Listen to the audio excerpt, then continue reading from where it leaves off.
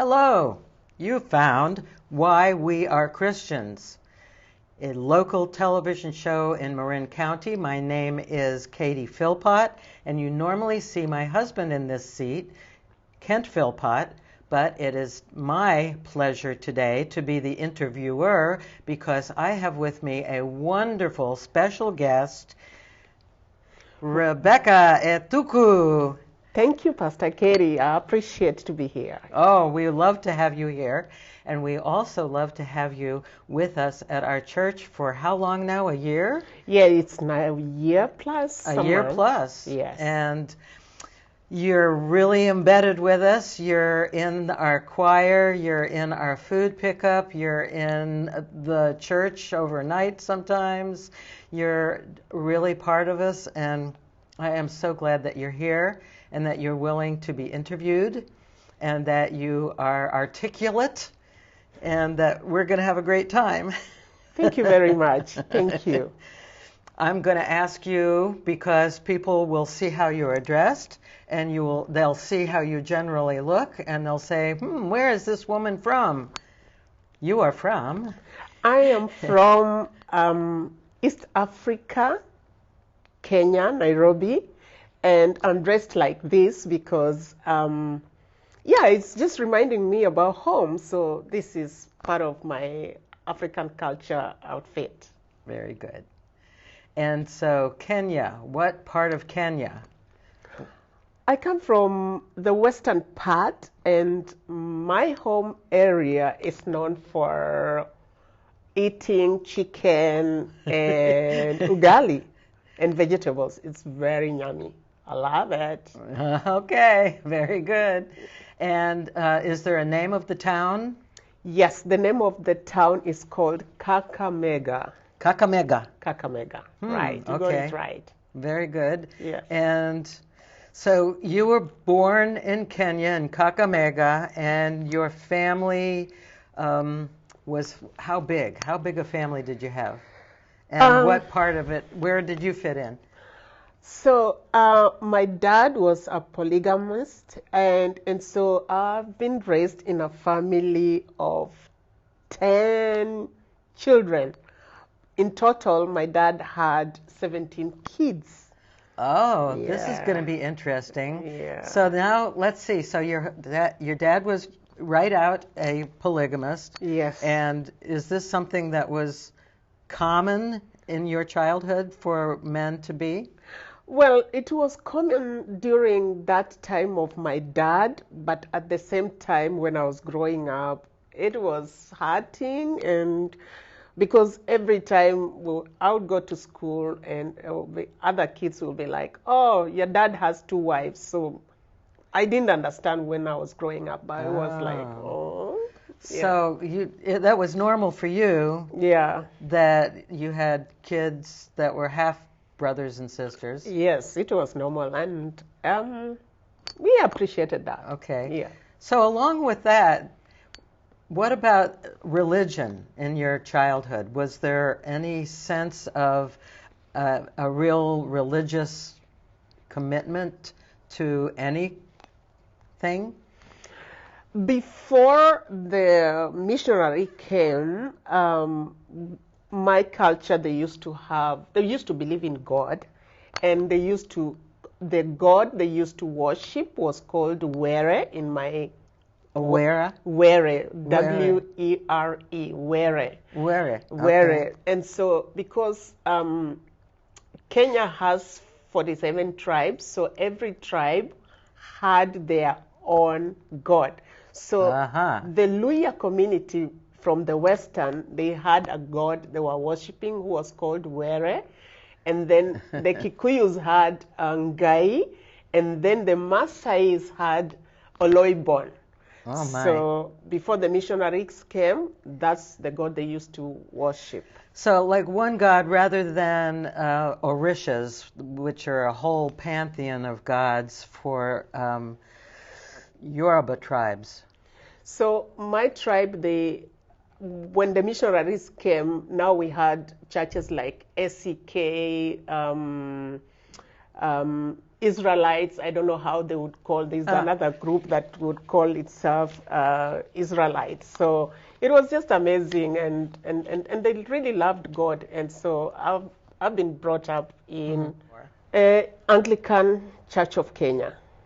Oh, Anglican Church of Kenya. Yes. ACK. Yes. How did your family relate to that ACK?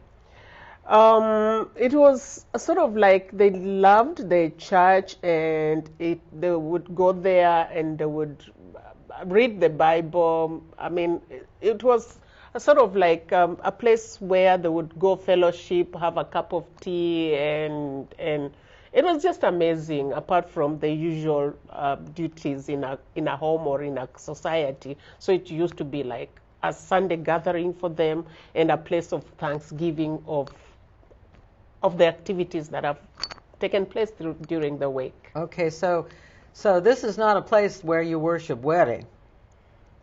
This is where you worship, the God of Israel and Christianity, right? Yes? No? Am I wrong? So the Anglican Church was a building, a nicely done building, but for the Were God, because they didn't have buildings, it used to be like they would gather under a tree.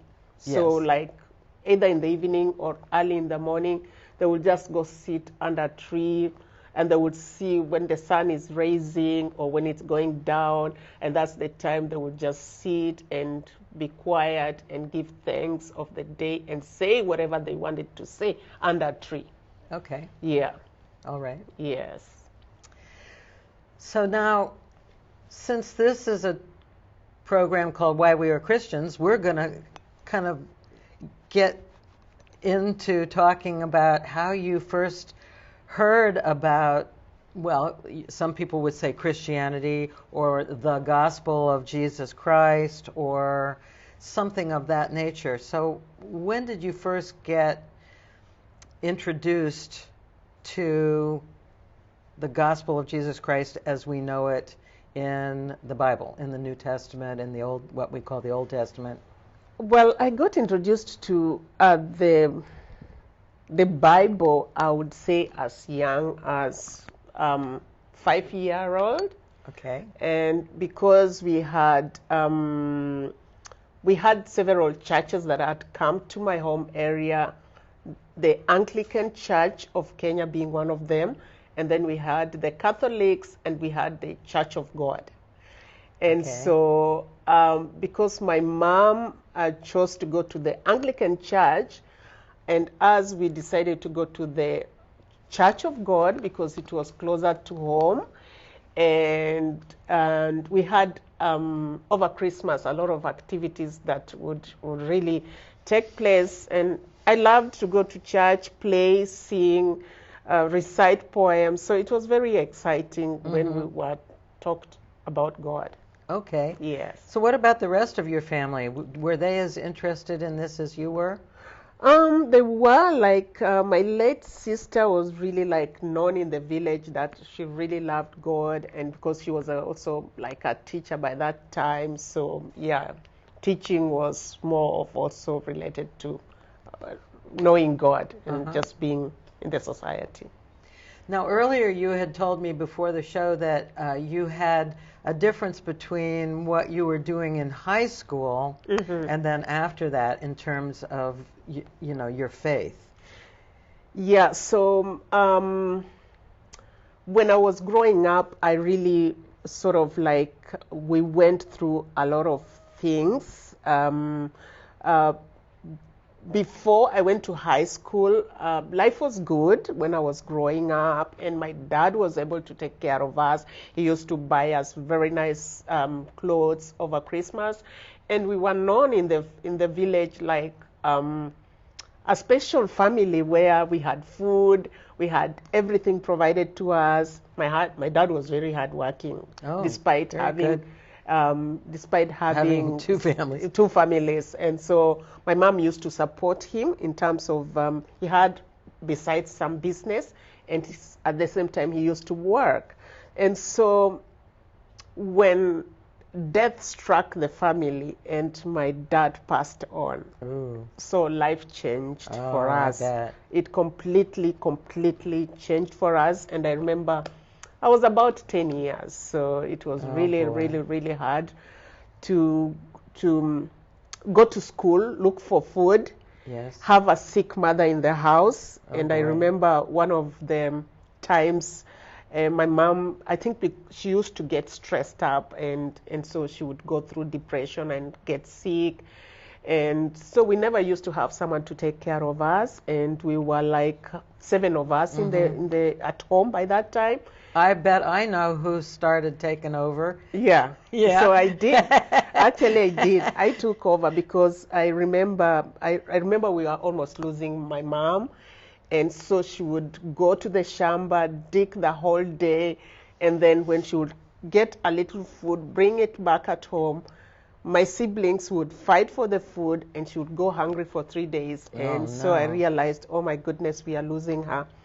And so she was also fighting over the things my dad had left, because the other family and the other villagers took everything from us, so we were left with nothing. Even the ID of my dad was taken away from us. It was just crazy. So my mother... I have to tell you that because Kent and I have to, minister to people who have just lost a parent, and they have siblings, very similar stuff goes on. Very similar. Yeah, so it was crazy, and so my mother used sort of like wanting to like tell them, please don't take everything from us, I need this. So it started stressing her up, and so I sat her down. I told her, as young as I was, I told her, Mommy, look, we can't continue like that. We can't afford to lose you. We don't know where we will go. So if you could just do me a favor, forget about what Dad had, whatever has been taken. If you can focus on us, that would really be nice. Just promise me you'll not think about those things. If you believe there is a God in heaven, do you believe in this God? She said yes. If you believe the God of the orphan will fight for us. I remember as young as... The God of the orphan, you said. Yeah, the God of the orphans will fight for us. And she looked at me, she was like, what are you talking about? And so I told her, this is what we'll do. Don't go to the shamba anymore. Now, you shamba, what is that? I'm sorry to interrupt, but tell me. It was a garden. It was a garden where we would plant maize, we would plant food so that we would feed ourselves. Okay. So I told her it was like 1.5 acres. So I told her, don't bother. And so one of the things was people were planting according to the season. So if you don't hurry, it means you are left behind. So those are also some of the things that would stress my mom. So I told her, I will go to the shamba, and if we don't have anything, I will organize my siblings. So I would organize them, make sure we have food to eat. And so I would tell my mom, just stay at home. If we have maybe a quarter of sugar, you cook for us, you just stay at home. And that's what we did, and we managed even to sort of go to school, come back. Over the weekend, I remember organizing my siblings. We could go get sand from the river, and you would walk for 5 miles, 5 miles with wet sand on your head, carrying. And then they would get only, I don't know if it's a quarter of a dollar or something like that. And then we would put that money together and go buy food. You sold sand. We were getting the sand from the river, yes, to take it to the construction site. Okay. So that we are paid. Very good. Okay. So, well, hey, yes, somebody's got to get it. Yeah, so that we are paid.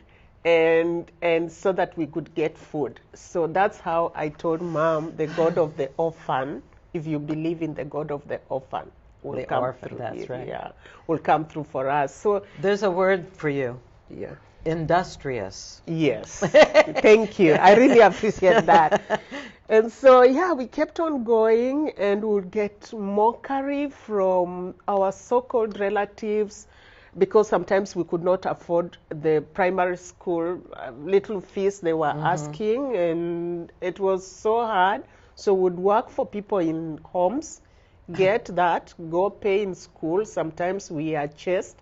And I remember going to school in tattered clothes. So my mother would sew it, and then there was no place to sew it again because it would like tears. Yeah, like so. Let me interrupt for just a moment. Now, you said you had to pay to go to school? Yes. Now, is it you pay directly and then they'll let you in, or you pay to get school uniforms and so they'll let you in? Because that's what our friend Jane Ndugu, also from Kenya, has managed to arrange for school uniforms to be made for those kids in her area of Kenya that cannot afford them, so that they'll be let into school. So is that a similar idea? So it's the same idea, but so in primary, you are supposed to go buy the uniform. Your parent is supposed to go buy it, purchase it from a uniform store or a market or somewhere. But in high school, because of those struggles, there's a place they will send you, but you pay for it. So you buy it. So you cannot go to school without the uniform. Right. So it was crazy. And so I used to organize my siblings so that we could get food and also pay for our primary level education. What happened during that time is when we really knew God. We knew God is there, and though we could not touch him, but we just knew God was there, because I remember there's a song I used to sing. I didn't know all the words, but I just knew a few. From a distance, God is watching us. God is watching us. I would sing it. Just that, and God will send an angel in our home maybe with some milk, maybe with a little flour for us for that particular meal. I would sing that song and God would just come through. It's not a song that used to come all throughout, but when I was like desperate for God, I would just sing and God will provide. And then we used to have also a woman in the village who would come, pray with us, pray for my mother in bed, and God will do a miracle. So that's why I'm saying we knew God as earlier, but we really didn't know much about that. Do you feel like even if you had not sang the song or had somebody to come to pray, that God would still be taking care of you and your family? Or were those things actually a requirement in order to get him to do it? See, this is a theological discussion. It was not a requirement, but I think the way life was pushing us, the way things were happening for us, we would just know this one, it will only take God for us to have a meal. And for sure, when that miracle of a meal would just happen, we knew for sure God is there. There's a God who exists somewhere. Yeah. All right. Yeah, and so and when we were growing, as I said, my mom never went to school, and so she could not read the Bible. Unlike my friends, our neighbors their parents would read the Bible to them, and for us, so they used to mock us. And even affording a Bible in our home, we really desired to have it. We could not afford just a simple Bible. And so and there was no internet. And then there was no internet. No smartphones. You're talking of the internet, Pastor Kerry. Do you know how I used to do my assignments, my homework? No. I used to tear my books, my old books, and light, and my sister would hold it so that I could be able to finish, just to do a few homeworks for school tomorrow. And remember, I've come from school. We have to look for food. Because sometimes I would come at home from the gate and my mother was wailing from bed because now we cannot even afford just a simple pill of painkiller. And so we would come, you would hear my mother wailing from the gate, and you stand at the gate, you're like, should I go in? Should I go back to school? What do I do? There's no food in home. It's only the water that we went fetched yesterday for 3 miles. That's the only thing we have in the house. You have homework. You cannot concentrate when you have a wailing mother in the house. Your dad is not there, and you're like, okay, so what next? Where do we go from here? That's the time that song sometimes would come and just sing and that say. That was a comfort. That was the comfort that I used to have. So it wasn't magic. If I sing this, God will have to do something. It was your own comfort. It was my own comfort. Yes. Like just faith that something will happen. So move us to kind of what happened next in terms of building your faith and the rest of the family. Were they as strong as you were in trusting in God and knowing that there would be provision of some sort? Yes, as kids we did that, and my mom used to wake up at 3 a.m. every day to pray for us. And I remember my uncle, my dad's brother, one day wanted to cut her because of the shamba, and we were crying and we didn't know what to do next because they really wanted to take the shamba from us, so like we were being sent away. And so I remember that night my mother was praying and she started laughing. God just gave her joy in the middle of anything, because we never used to sleep. We could hear every word she was making, prayer she was making. And so I would say, in terms of knowing God, as a family we knew God because, I mean, the way things were, it was only God who was sustaining us from the word go. And so also another thing that also helped me know more God, I worked hard. I used to work hard, and I used to be among the top 3. And nothing has changed, I tell people. You still work hard. Yeah, so I used to be among the top 3 in school, and I chose and I promised my mom that I would really work hard. I would never let her down. My other siblings were a little bit crazy with life, and so they were all over. I'm sorry to say that. And that discouraged my mother a lot because some of them ended up having kids. And so it was also a laughter to the society. And so I promised her, Mom, I will really not go out to look for boys. I'm going to work hard because you've gone through a lot. And that's what I did. And I for sure made her proud. I topped up in primary level. But the saddest part was my position for high school was taken by my friends because they could afford it. I could not afford even anything. So I was there. So I went back to my mom and I asked my mom, so what next? And so she said, you know what? I've been mocked. I never went to school. I can't read a Bible even in the church. And so she was like, my desire has been, my pain has been, one of my children will go to the university, one of my children will go outside the country. So that's the prayer I'm making for you.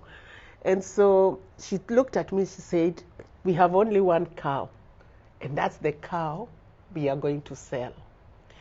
And that cow meant everything in the house, because in the home, because I was the one who was also milking that cow. Oh, yes. It was lame. Oh, no. Yeah, so oh boy, this is a two-sided thing. Yeah. You don't have to milk the cow anymore, but then there's no milk for the family if it's sold. I have to go to school. But if it's sold, then you can go to high school. I have to go to high school. So it was the hardest decision for my mom.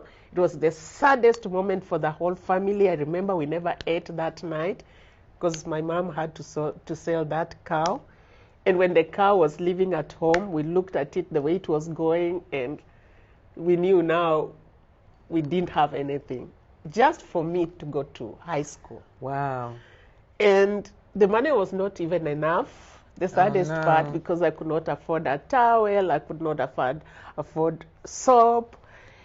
And she only bought for me shoes and paid some of the money, school fees that was not even enough, and just a suitcase. And she could not afford to take me to school the way other parents would do. She just handed me to my former head principal of the school, and said, you take her wherever you'll take her, as long as she goes to the high school. And did you get to go all the way through high school? Yes, I did. And the prayer I held on was like, God, do not take my mom now. No. Just when we get out of school, at least we find her at home. So that was my prayer. And so she didn't die then? She's still alive. And she's still alive. Okay. So in our 2 minutes left, just tell us how you went through high school in terms of your faith and how your family survived when the industrious one is not with them. Yeah, so that is now, when I went to the high school, my mom's words were, don't go look for boys, remember where you're coming from, just go, if there's a church, go to church. So that is where I landed in the Christian Union. Okay, great. Yeah, so in the school there was that club for Christian Union. Yes. And I engaged myself. It wasn't the dancing club. No, it wasn't the dancing club. I loved to dance. I loved to act, drama, but I ended up in this Christian Union. And it really helped me because that's when I used to pray and come back home, find my mama still alive.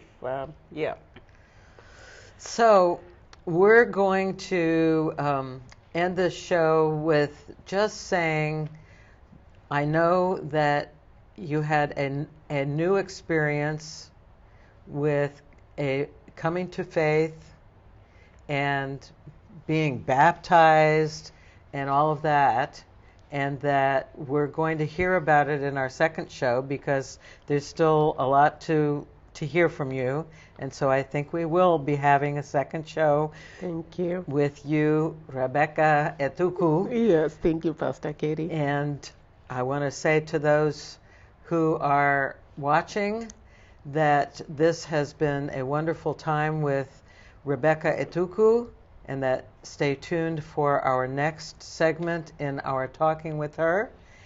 And we hope that you have enjoyed it and will enjoy the next one. So long.